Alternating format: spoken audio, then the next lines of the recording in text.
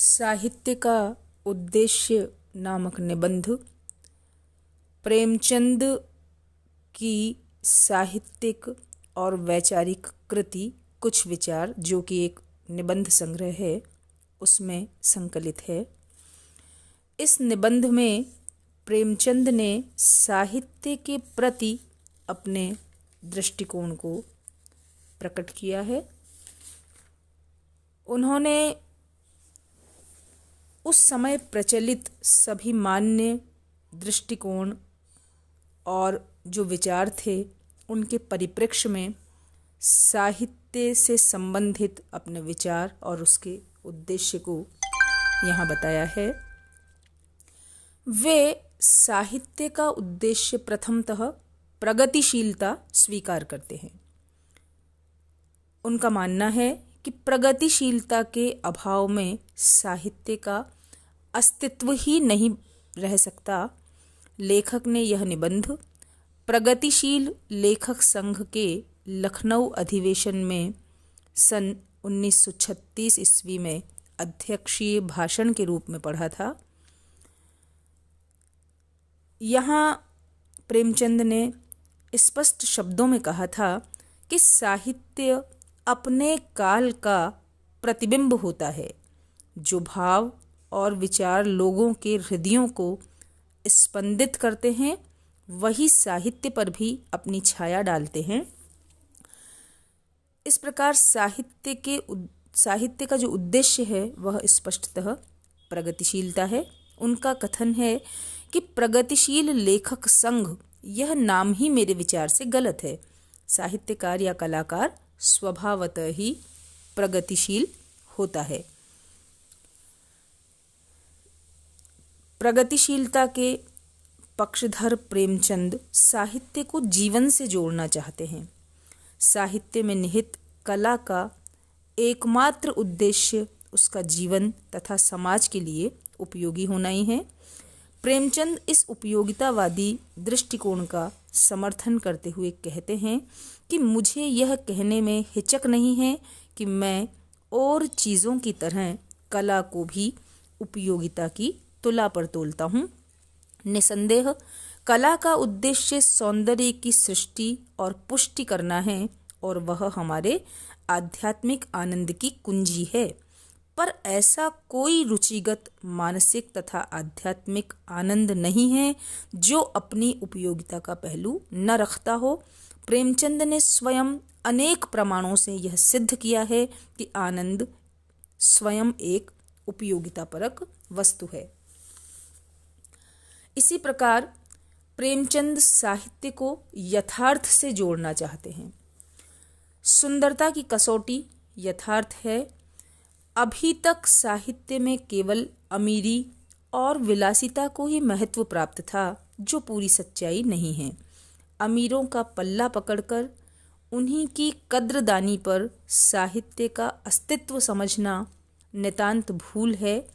संसार में केवल अमीरों के ही सुख दुख, आशा निराशा, प्रतियोगिता, प्रतिद्वंद्विता, सत्य और यथार्थ नहीं है। बंगलों और महलों में भी साहित्य का विषय नहीं बसता है। उसके बाहर भी मनुष्य का जीवन है। गांवों में, झोंपड़ों में, गरीबी में भी मनुष्य का अस्तित्व है। उनका मानना था कि साहित्यकार एक पक्ष की ओर झुकाव न रखे और गरीब अमीर का समान रूप से यथार्थ चित्रण करना अपना धर्म स्वीकार करे। प्रेमचंद अब तक के इस एकांगी दृष्टिकोण की ओर संकेत भी करते हैं कि अब तक जो निगाह अंतःपुर और बंगलों की ओर ही उठती थी, झोंपड़े और खंडहर उसके ध्यान के अधिकारी नहीं थे। लेकिन अब यथार्थ चित्रण की ओर भी साहित्यकार को ध्यान देना चाहिए। साथ ही प्रेमचंद का विचार है कि साहित्य का उद्देश्य मनुष्य के विभिन्न मनोभावों और अनुभूतियों को तीव्र करके संवेद्य बनाना है। सच्चे अर्थों में तो साहित्य जीवनानुभवों को अनुभूति में बदलकर संप्रेषित करता है। केवल उपदेश, नीति और तर्कों से मन तथा बुद्धि को प्रभावित नहीं किया जा सकता है। अनुभूति को जगाना और तीव्र करना यही साहित्य का मूल उद्देश्य है। प्रेमचंद ने इस निबंध में कहा है कि हम जीवन में जो कुछ देखते हैं या जो कुछ हम पर गुजरती है, वही अनुभव और चोटें कल्पना में पहुंचकर साहित्य सृजन की प्रेरणा करती है। कवि या साहित्यकार में अनुभूति की जितनी तीव्रता होती है, उसकी रचना उतनी ही आकर्षक और ऊंचे दर्जे की होती है। जिस साहित्य से हमारी सुरुचि न जगे, आध्यात्मिक और मानसिक तृप्ति न मिले, हम में शक्ति और गति पैदा न हो, हमारा सौंदर्य और प्रेम जागृत न हो, जो हम में सच्चा संकल्प और कठिनाइयों पर विजय पाने की दृढ़ता उत्पन्न न कर सके, वह आज हमारे लिए बेकार है, वह साहित्य कहने का अधिकारी नहीं है। तो इस प्रकार प्रेमचंद साहित्य को अनुभूतियों को तीव्र करने का माध्यम मानते हैं। उनका मानना है कि साहित्य का जो उद्देश्य है वह मनोरंजन से कहीं ऊंचा है। साहित्य मानसिक संस्कार देता है, और जो लोग साहित्य का उद्देश्य मनोरंजन मात्र मानते हैं, वे भूल करते हैं, साहित्य की शक्ति से अपरिचित हैं। साहित्य हम में वफादारी, सच्चाई, सहानुभूति, न्यायप्रियता और समता के भावों की पुष्टि करता है। जहाँ ये भाव है वही दृढ़ता है और जीवन है। जहाँ इनका अभाव है वहीं फूट, विरोध और स्वार्थ पड़ता है, द्वेष, शत्रुता और मृत्यु है। साहित्य हमारे जीवन को स्वाभाविक और स्वाधीन बनाता है। दूसरे शब्दों में उसी की बदौलत मन का संस्कार होता है, यही उसका मुख्य उद्देश्य है। इसी के साथ वे यह भी कहते हैं कि साहित्य का उद्देश्य समाज का व्यापक चित्रण करना है, उसके सुख दुख को भी व्यक्त करना है। साहित्य में जीवन की विशद और व्यापक आलोचना होनी चाहिए। प्रेमचंद लिखते हैं, हमें अपने साहित्य का मानदंड ऊंचा करना होगा, जिसमें वह समाज की अधिक मूल्यवान सेवा कर सके, जिससे समाज में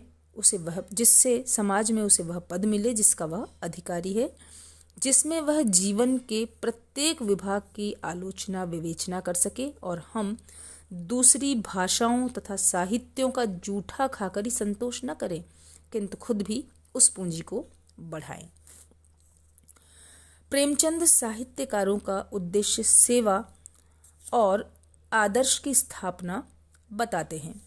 वे साहित्यकारों को प्रेरित करते हुए कहते हैं कि अगर हमारा अंतर प्रेम की ज्योति से प्रकाशित हो और सेवा का आदर्श हमारे सामने हो, तो ऐसी कोई कठिनाई नहीं जिस पर हम विजय प्राप्त न कर सके।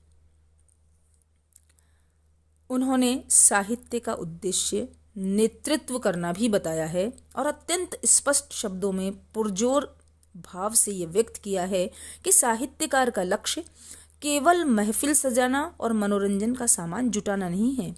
उसका दर्जा इतना न गिराइए, वह देशभक्ति और राजनीति के पीछे चलने वाली सच्चाई भी नहीं है, बल्कि उनके आगे मशाल दिखाती हुई चलने वाली सच्चाई है।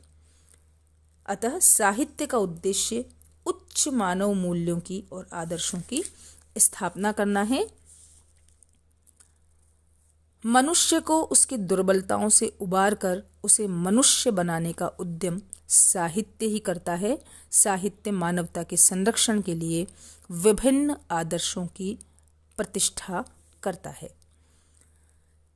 साहित्य समाज को प्रतिबिंबित करता है और समाज नेतृत्व करके उसका निर्माण करता है। साथ ही व्यक्ति के व्यक्तित्व में उदात्त तत्वों का बीजारोपण करके व्यक्तित्व को उपयोगी और सुदृढ़ बनाने का उद्देश्य भी लेकर ही चलता है।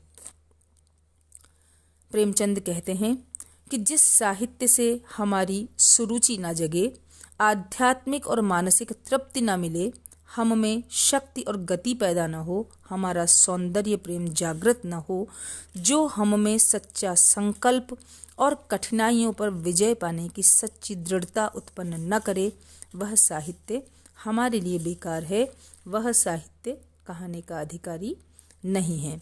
इस प्रकार साहित्य का मुख्य उद्देश्य प्रेमचंद प्रगतिशीलता और उपयोगिता को मानते हैं और सहयोगी लक्ष्यों में मानवता, समाज निर्माण, आदर्शों की स्थापना, यथार्थ का चित्रण, व्यक्तित्व रचना आदि स्वीकार करते हैं। वे साहित्य को कर्म के संदेश का संवाहक भी बताते हैं और कहते हैं कि साहित्य को सहज संवेद्य बनाने के लिए जन साधारण की भाषा का प्रयोग करना चाहिए। प्रेमचंद इस तत्व की पैरवी करते हुए कहते हैं कि आदर्श व्यापक होने से भाषा अपने आप सरल हो जाती है। जो साहित्यकार अमीरों का मुंह जोहने वाला है वह रईसी रचना शैली स्वीकार करता है और जो जन साधारण का है वह जन साधारण की भाषा में ही लिखा जाता है। तो निष्कर्षतः प्रेमचंद के अनुसार यही कहा जा सकता है कि साहित्य मनोरंजन या विलासिता की वस्तु नहीं है। हमारी कसौटी पर वही साहित्य खरा उतरेगा जिसमें उच्च चिंतन हो, स्वाधीनता का भाव हो, सौंदर्य का सार हो, सृजन की आभा हो, जीवन की सच्चाई का प्रकाश हो, जो हम में गति और बेचैनी पैदा करे, सुलाए नहीं। क्योंकि अब और ज़्यादा सोना मृत्यु का लक्षण है। इस प्रकार साहित्य को जीवन का प्रतिबिंबन ही नहीं, जीवन को दिशा देने वाला मानते हैं।